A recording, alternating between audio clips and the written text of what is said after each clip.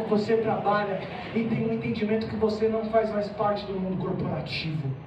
O dia declinando é um dia em que o seu filho decide a usar drogas e viver uma vida dissoluta dos pais da família. O dia declinando é um dia de traição, de decepção, de rejeição, de frustração e de angústia. O dia declinando, ele representa os maus dias e sombrios que a vida está predisposta a nos apresentar em qualquer momento da história. O dia declinando é o dia que você descobriu que o seu marido estava te traindo. O dia declinando é o dia que você descobriu que o seu marido, ele é viciado em pornografia.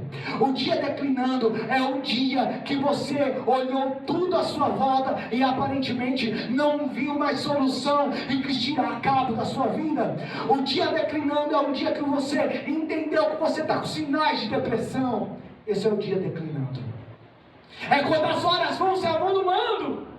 E quando o dia declina, a gente olha para tudo e não é capaz de olhar para quem está à nossa frente. Eu te provo. Chegando-se a ele os 12, disseram-lhe: despede a multidão. Um dos evangelhos que comentam diz: aproximando-se. Esse diz: chegando-se. Ou seja, os discípulos que receberam poder, que receberam autoridade, mantinham uma certa distância de Jesus enquanto ele pregava, curava e ensinava. E quando eu me mantenho longe dele, eu olho a tudo que está à minha volta, eu olho a todas as preocupações que a vida me propõe, mas não consigo enxergar quem está diante de mim. Aí o coral da incredulidade chega: mestre, despede a multidão, para que indo aos lugares e aldeias em redor, se agasalhem e achem o que comer. Por quê? Nós temos um problema estrutural. O lugar é deserto. E nós temos um problema financeiro, porque os discípulos disseram: nós não temos 200 dinheiro aqui para comprar de pão para essa multidão. Que a verdade é uma mentira. Nem tudo se resolve com recursos humanos. Aleluia. Nem tudo se resolve com recursos humanos. Tem coisas que competem a Deus. E nessa hora, tem alguém que mexe com contábil aqui, com financeiro ou não? Nessa hora apareceu Filipe. Evangelho de João, capítulo número 6. Filipe é muito calculista. Ele disse: ô mestre, é o seguinte, eu morei nessa região de Betsaida, porque ele era de lá, e ele fazia parte do comissionado dos discípulos. Disse assim: ô mestre, é o seguinte, nem 200 denários dá para comprar pão para essa multidão. Primeiro porque aqui em Betsaida não há padaria suficiente para alimentar eles. Já acabou a bateria, irmão. Vamos ser bateria mesmo. Não tem padaria suficiente para a gente alimentar essa multidão. Aqui não tem. Ele é aquele tipo de calculista. Quando o cara chegar: amor, eu fiz as contas hoje aqui no mês, a gente, o saldo devedor é tanto, mas se a gente pegar a reserva que tem, então a gente consegue chegar no Y, no X, no Z.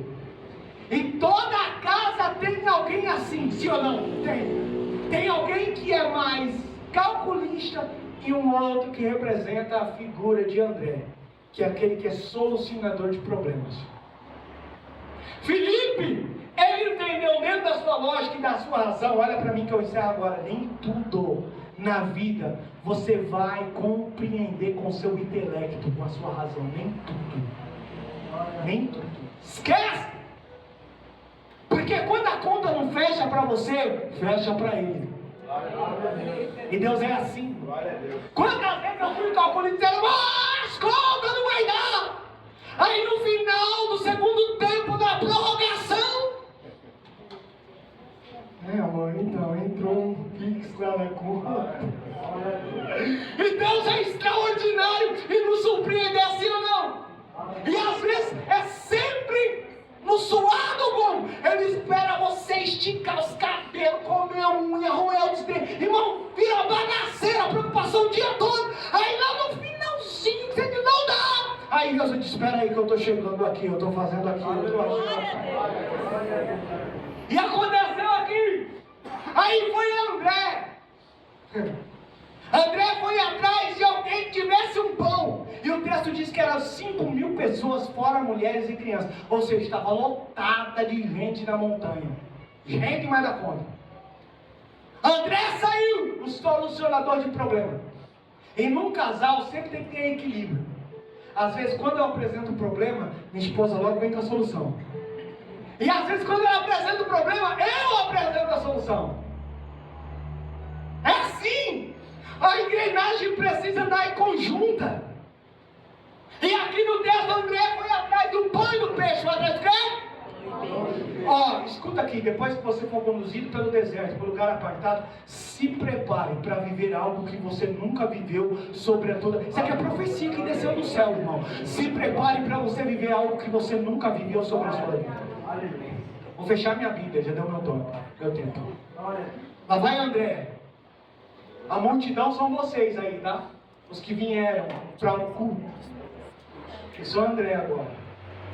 André, dentro de uma multidão de aproximadamente 5.000 pessoas, e tem gente que diz que, provavelmente pelo fato das crianças e mulheres, passava de quase 10.000 pessoas, ele não poderia chegar assim, a senhora tem um pão?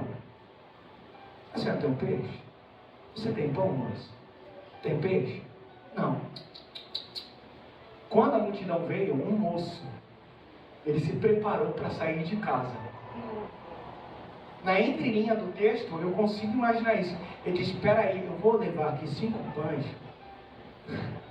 vou levar 2 peixinhos, porque possa ser que eu vá lá do outro da margem, do outro lado, se encontrar com ele, e o culto, pastor, ele demora muito. E a hora que eu tiver pão, eu tenho que me alimentar.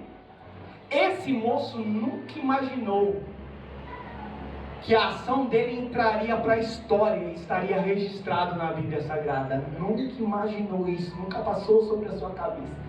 Aí André provavelmente, alguém tem pão? Ei! Alguém tem pão? Tem pão? Tem pão? Aí o moço,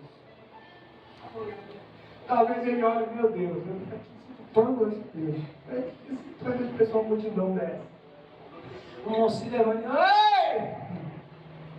Eu tenho aqui 5 pães e 2 peixinhos. Dá isso aqui, rapaz!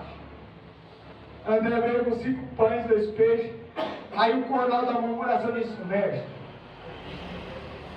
o que é 5 pães e 2 peixes? Para essa multidão, sabe por quê? A gente tem uma mentalidade de só agradecer a Deus nas grandes coisas, nos grandes feitos, nos grandes milagres. Você nem agradeceu a Deus hoje por Ele te dar o privilégio da vida. Aleluia. Por você acordar. Quantas pessoas sucumbiram na noite que passou? Quantas famílias foram destruídas, perseguidas, afligidas? Jesus pegou 5 pães e 2 peixes da mão e disse, senta todo mundo! O Evangelho diz que ele mandou, não foi um pedido. Ele não chegou assim, ó, dá para você sentar? Não, ele mandou. E mandar aqui expressa uma ordem imperativa. Todo mundo sentou na relva. E eu aprendo, pastor, quem senta confia. Quem assenta diante da ordem dele espera.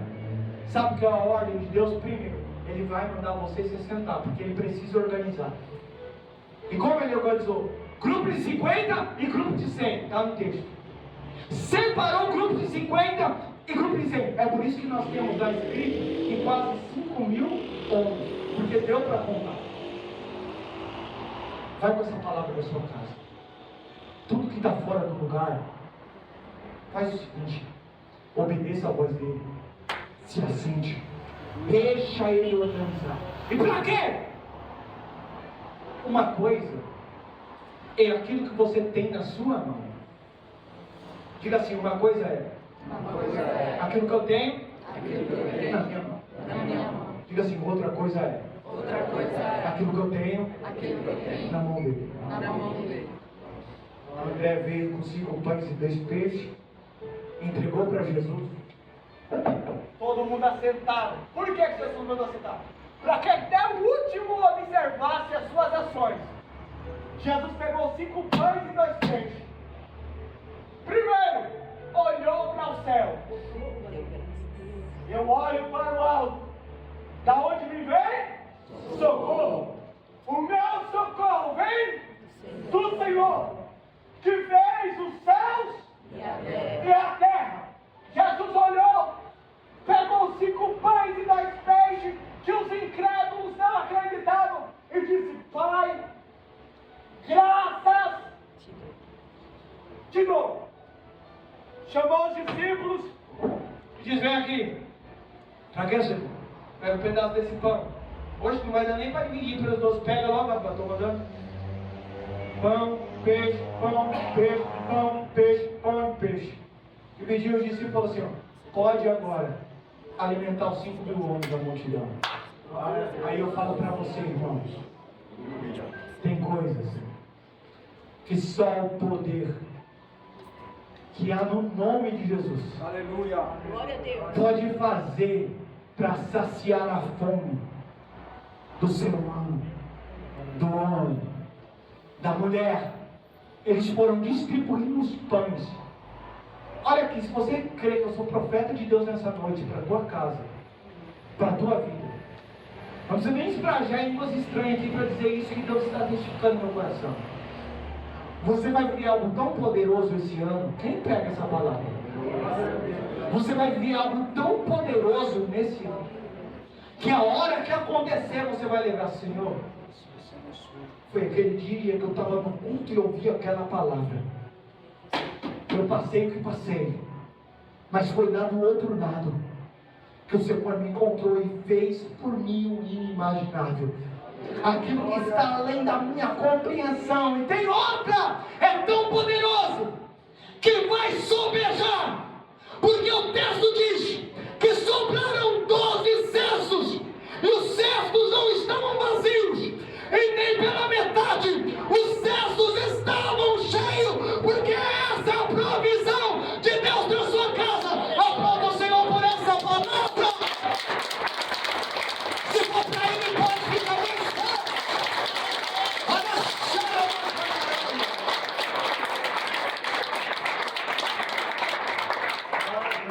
Aí é o seguinte, chega na tua casa como doido hoje. Pega esse cesto espiritual. Tá entendendo ou não, mistério? O seu marido vai falar: acho que tu tá doido. Então não. Vai lá no quarto e: Senhor, eu vou colocar o meu cesto aqui. E eu acredito que pela palavra ele vai encher. Ele vai transbordar. Porque as coisas do Espírito é compreendida pelo Espírito. Os carnais entendem de coisas carnais. Espirituais entendem de coisas espirituais. Chega na tua casa hoje babando de Deus, irmão. Loucão na fé, loucão por Jesus. Pega esse ser espiritual e diz: Senhor, eu ouvi a palavra, a provisão precisa ser aqui. Então vai lá e coloca esse ser e diz: Deus, eu creio que pela palavra eu vou viver milagres. Eu vou viver milagres. Pastor, muito obrigado. Gente, Deus abençoe pela paciência de vocês me ouvirem uma hora aqui. Que os céus que estão sobre nós alcancem a sua família. Já já vocês enjoam de mim, irmão. E já é a terceira vez que eu venho aqui e nem é doido não.